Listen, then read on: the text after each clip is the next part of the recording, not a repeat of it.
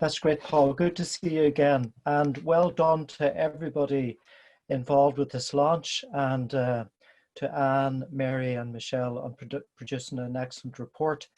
My question: what practical steps can be taken to stop the runaway train of commissioning, procurement, and marketisation by the state of programs to tackle poverty, inequality, homelessness, and unemployment? Sorry, that's very long-winded. Miri, do you want to give an initial comment on it? So what practical steps can be taken to stop the runaway train of commissioning, procurement, and marketisation by the state of programs to tackle poverty, inequality, homelessness, and unemployment? Have you been able to get a signal? Yeah, sorry, I was moving around trying to get a better signal, and so I'm sitting on a step now, but it's working. Listen, thank you so much, first of all, to the four respondents for what has been really challenging responses, which we can't do justice to now, and which I hope Mike can take some time there to incorporate into. But I do think, like, a lot of the points that were made around trying to deepen the gender dimension of it, looking at the language and the discourse, and the dangers of reinforcing framing that you're actually trying to counter, that Stacia raised. I think that the differentiation between community development work and services is something that's really important, and that you need to, exactly, Stacia, not fall into the trap of naming them as one big thing, or assuming that there is an NGO or a civil society space, because they are so different. So I think that there's a lot in that.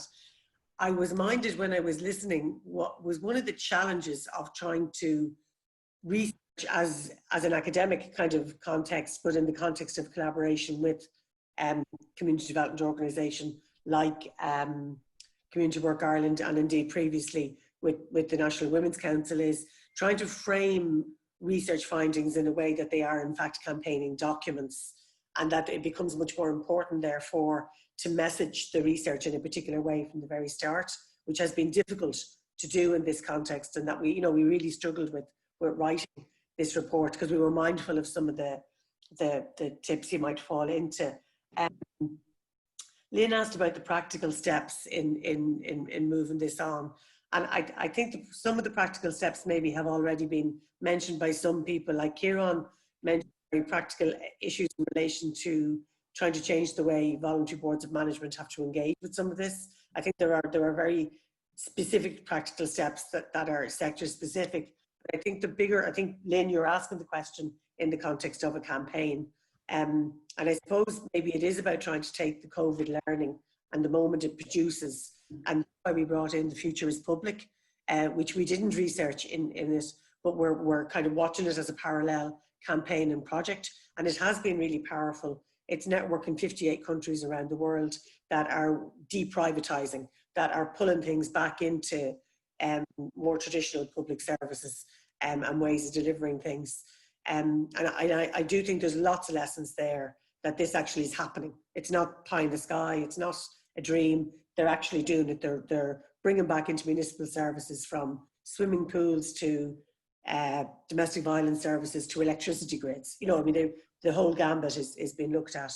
So I do think that there is room for a campaign, and that's the now of the campaign is actually a very interesting space in which to start, because we actually have evidence, much more evidence than we had before, about the gendered impacts, about the impacts on minority groups, about the impacts on migrants, that we can show when these services were privatised, and how the privatisation stops you being agile and nimble in your response and gets in the way of actually what you need to build as a response. So I do think that there is space there to try and do it. I'm not sure that this report was a starting point in the conversation.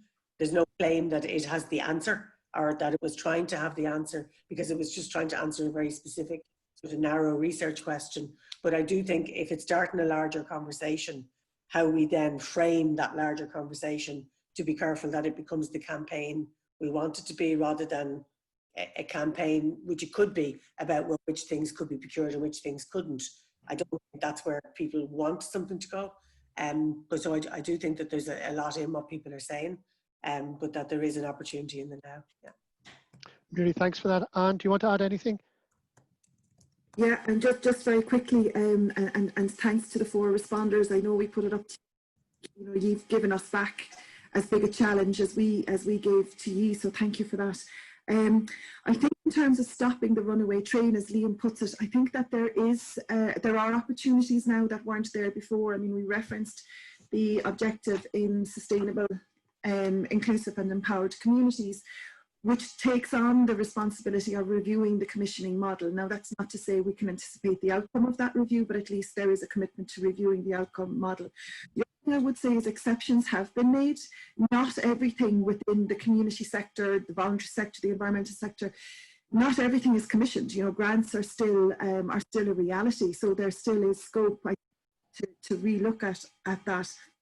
And just the final thing that I will say is exceptions were made. You know, I'm particularly looking at commissioning in relation to community work and to community development. Exceptions were made in relation to, for example, the traveller projects, disadvantaged women's projects.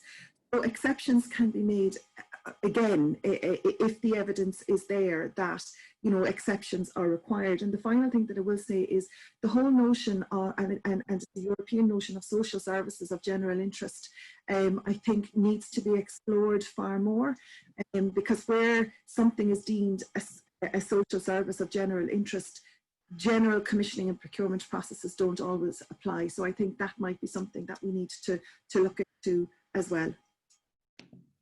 And thanks for that. We have another question from Michael Kenny. Michael, do you want to ask your question?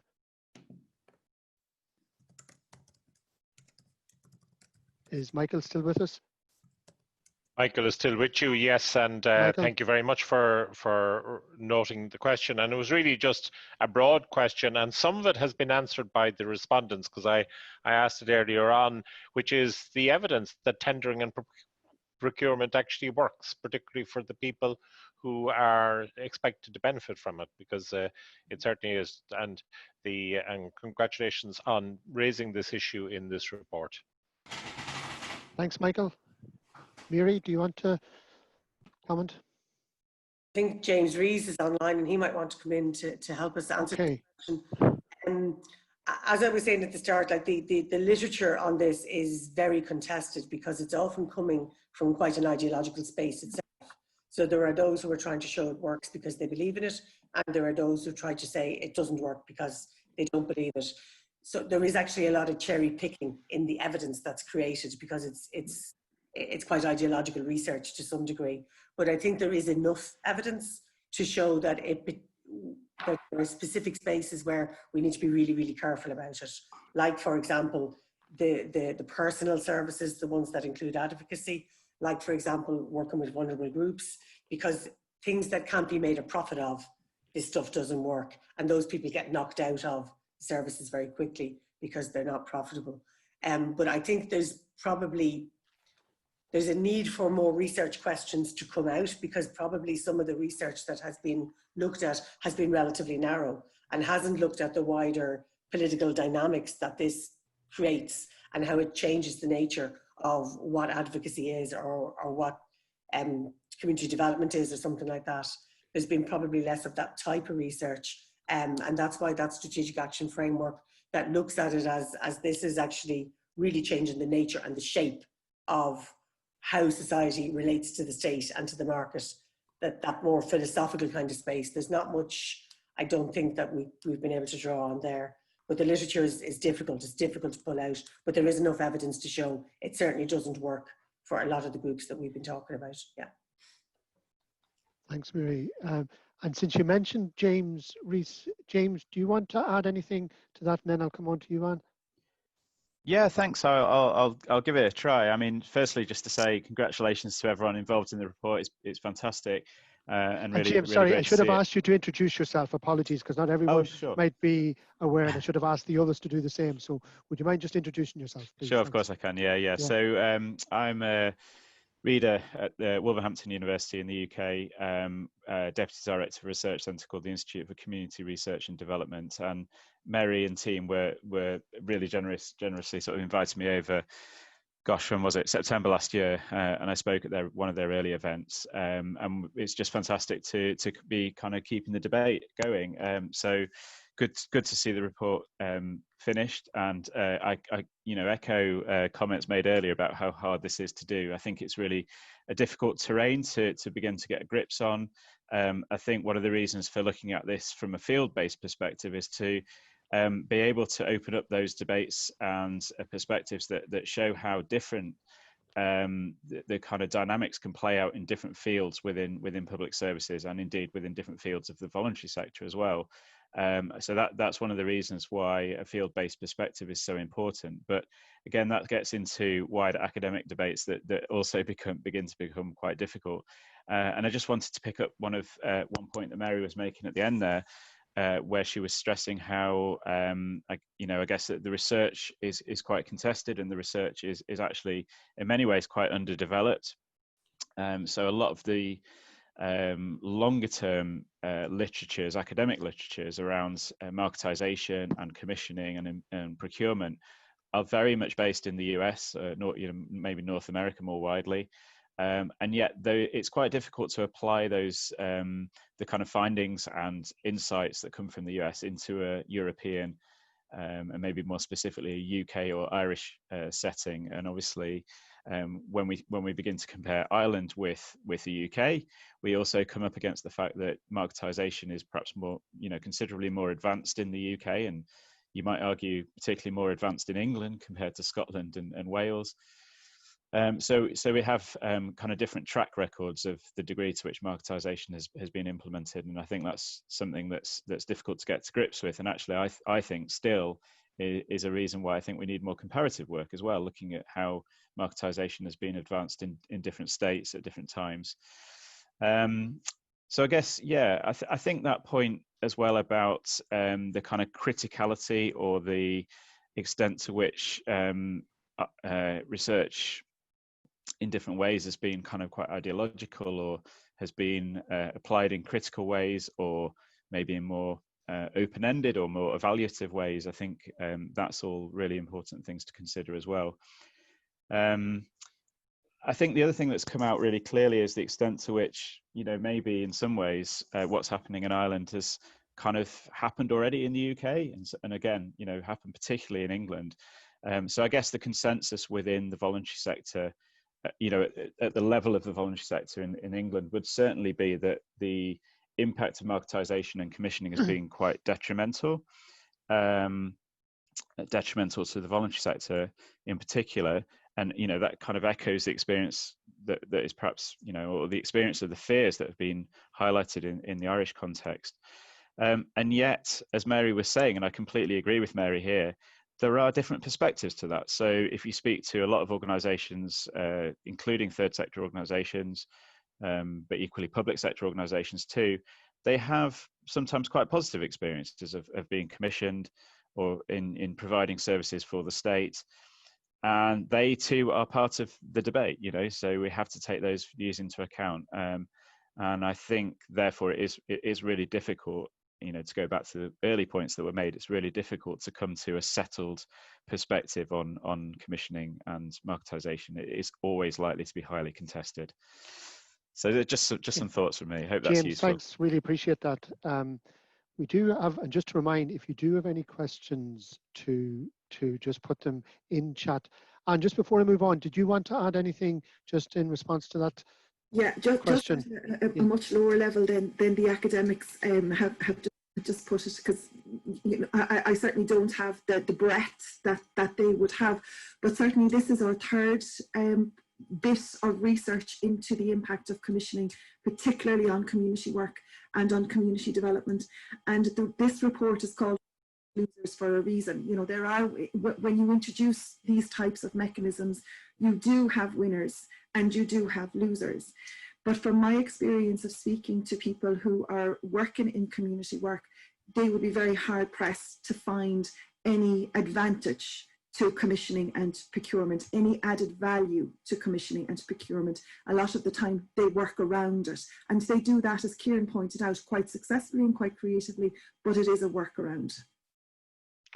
Okay, Anne, there are a couple of other questions, and I know there are a range of comments, but just specifically the questions. Orla O'Neill, Orla, do you want to ask your question just around Yeah, thanks. And just yes. to introduce yourself as well, Orla. Oh, sorry. I'm Orla O'Neill. I'm from the St. Stephen's Green Trust, and we gave a small bit of funding to this, and we also gave some small funding to the previous two reports that that Anne mentioned. But we also have a particular interest in travellers in enterprise and employment.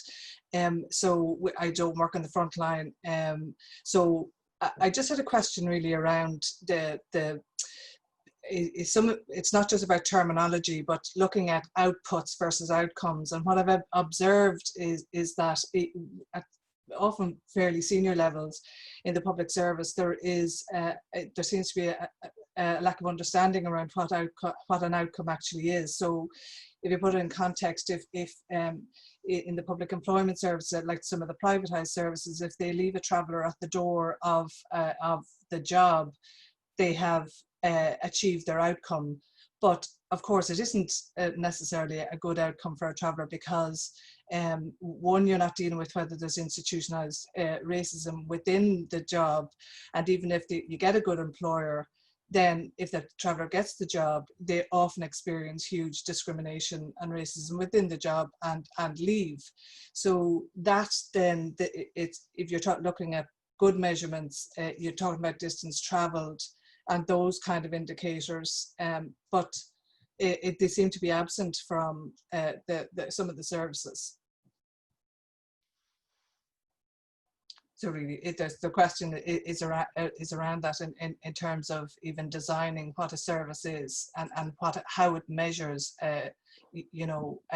even payment by results, how it measures the result. Anne, can I start with you on that then this time?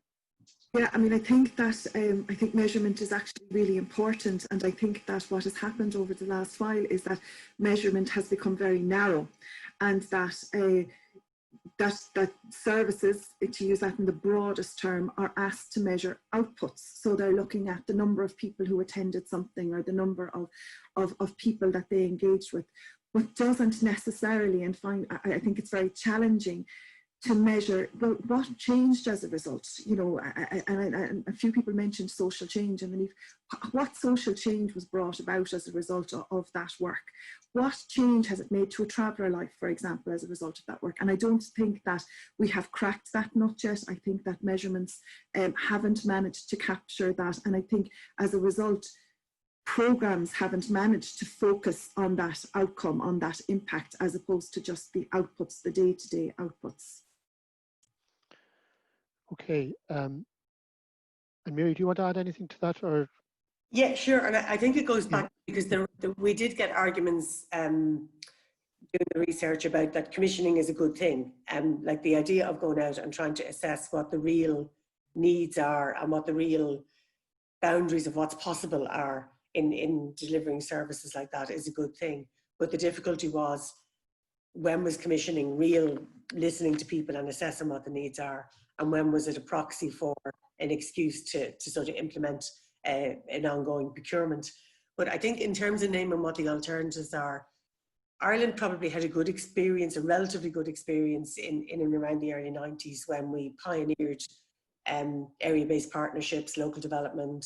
There was a very innovative space.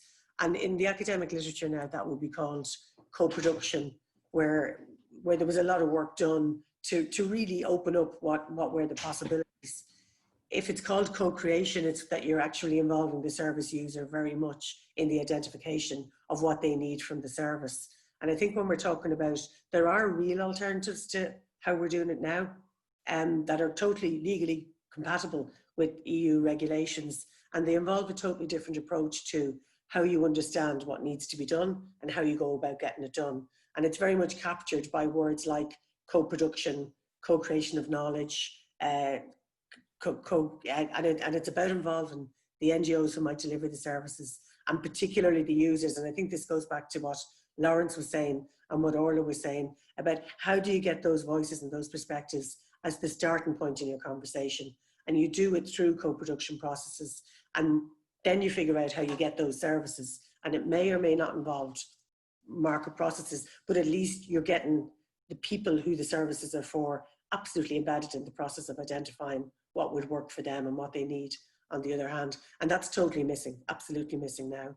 But I think there are alternative ways of devising it. And I think to some degree, Ireland has a good history here. Like the networked governance that we learned how to do in the early days of partnership, both at a local and a national level, leaves us sort of well orientated, I think, to doing it better and to doing it through a more collaborative kind of process than the type of process that we have at the moment, which is so centralized and top down a lot of the time.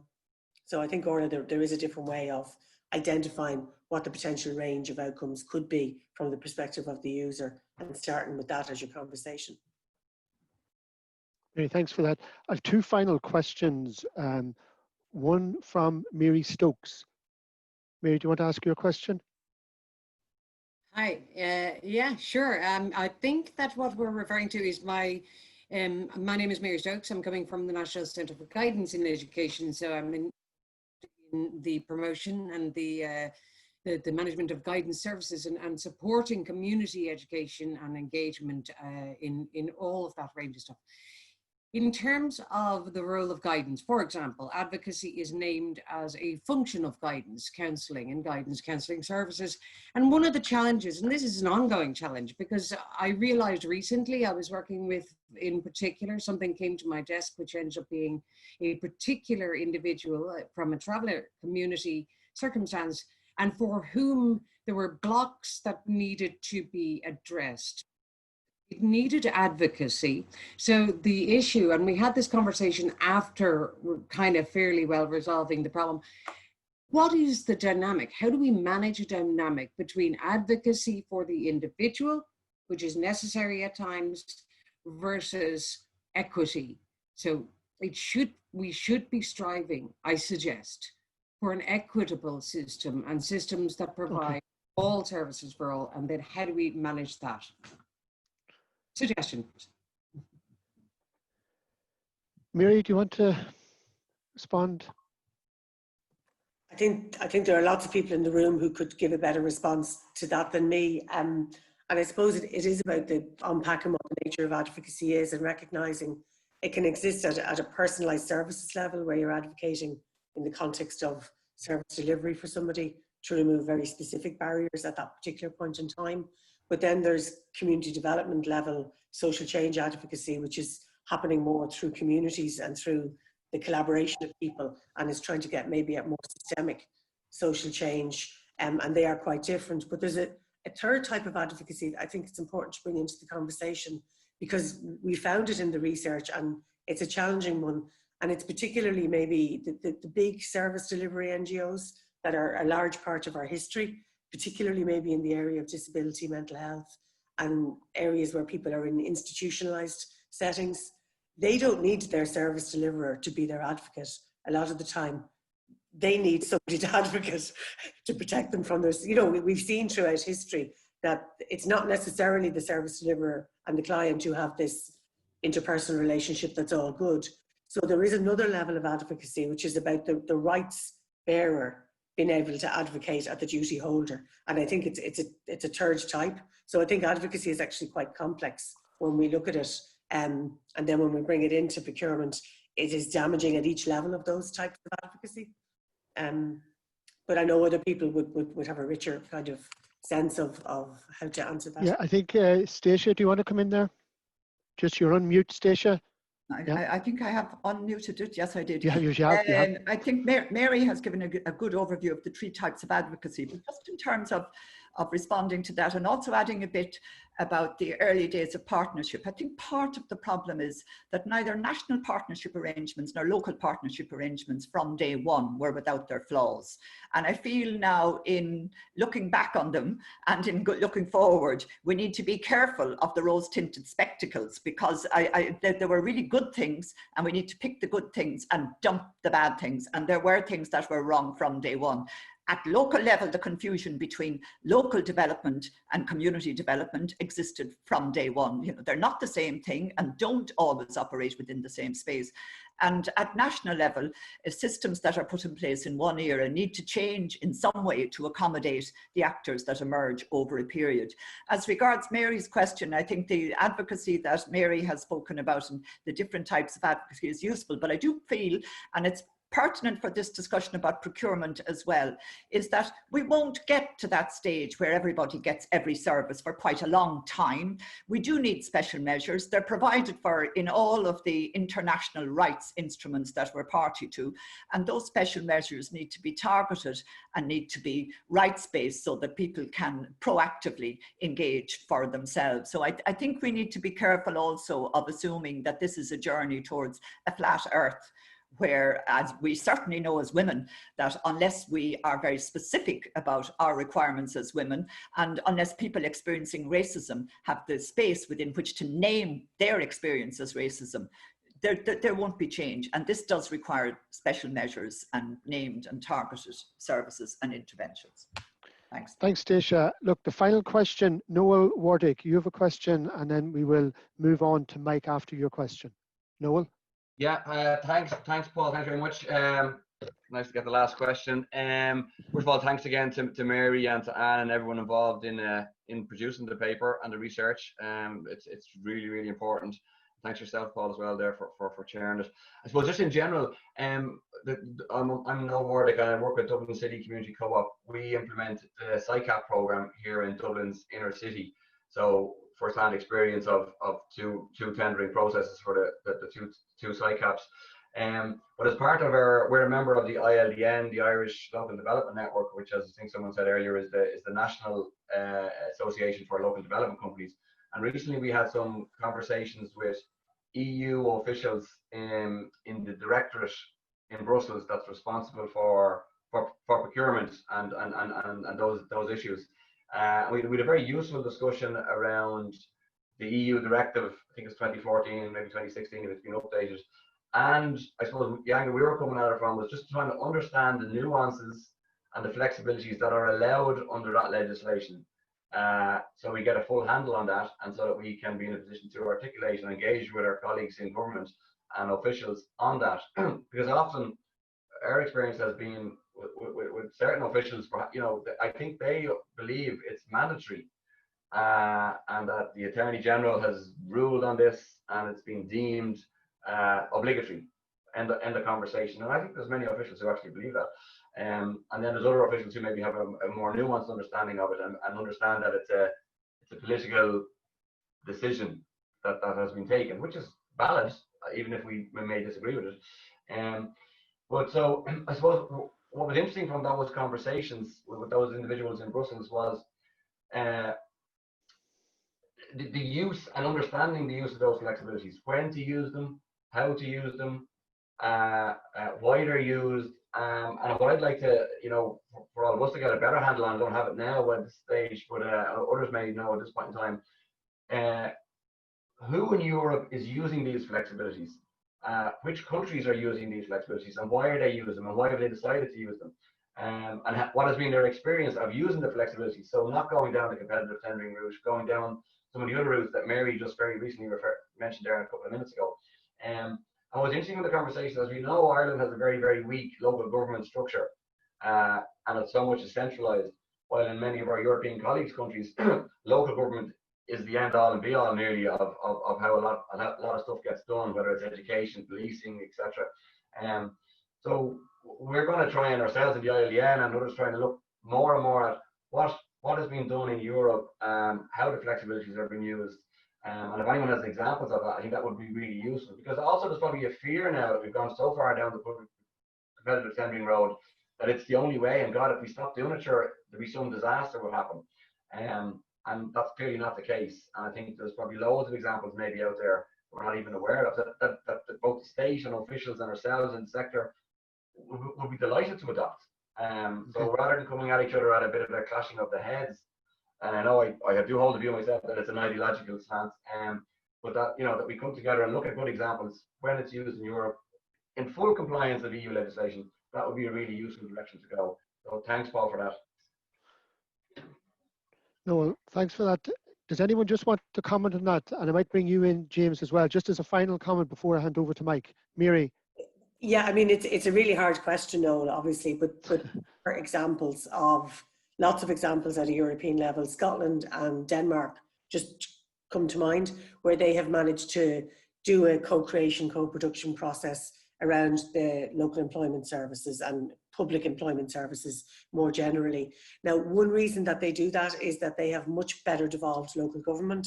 So the money goes out in smaller, more discrete packages and can stay within some of the European guidelines. But there are other methodologies like preferred bidders, like reserved contracts. That there are mechanisms, and I think it's a job of work that needs to be done. I know Dee Halloran has just completed her PhD in Galway, and she's been looking at some of that. And I know there's been some good examples now, even in Ireland, of the use of the social clauses, which isn't exactly the same thing. So there are ways and means of doing it, and there are countries doing it. But our institutional setup, where we're so centralised and we've such weak local autonomy, is one of the nuts we need to crack in being able to utilise some of those mechanisms. Mary and Anne, from your perspective? No, just to say that I agree that the further you go down this road, the more difficult it is to demarketise. And I'm not sure which one of our previous reports looked at that issue, but we still are with the status quo at the moment. You know, for example, in community development, it is the local development companies are still the programme implementers. So there might be a bit of opportunity there. So I'd be happy to concede if anybody else has other suggestions. And James, do you want to make a final comment? Thank you for bringing me in. I don't have anything to add other than to just say it's been a fascinating conversation. Thank you very much. Well, look, thanks all for those questions. And I know there are comments there as well that people have made, and there's quite a number of them, and a lot obviously complimentary in terms of the work that has been done to get this far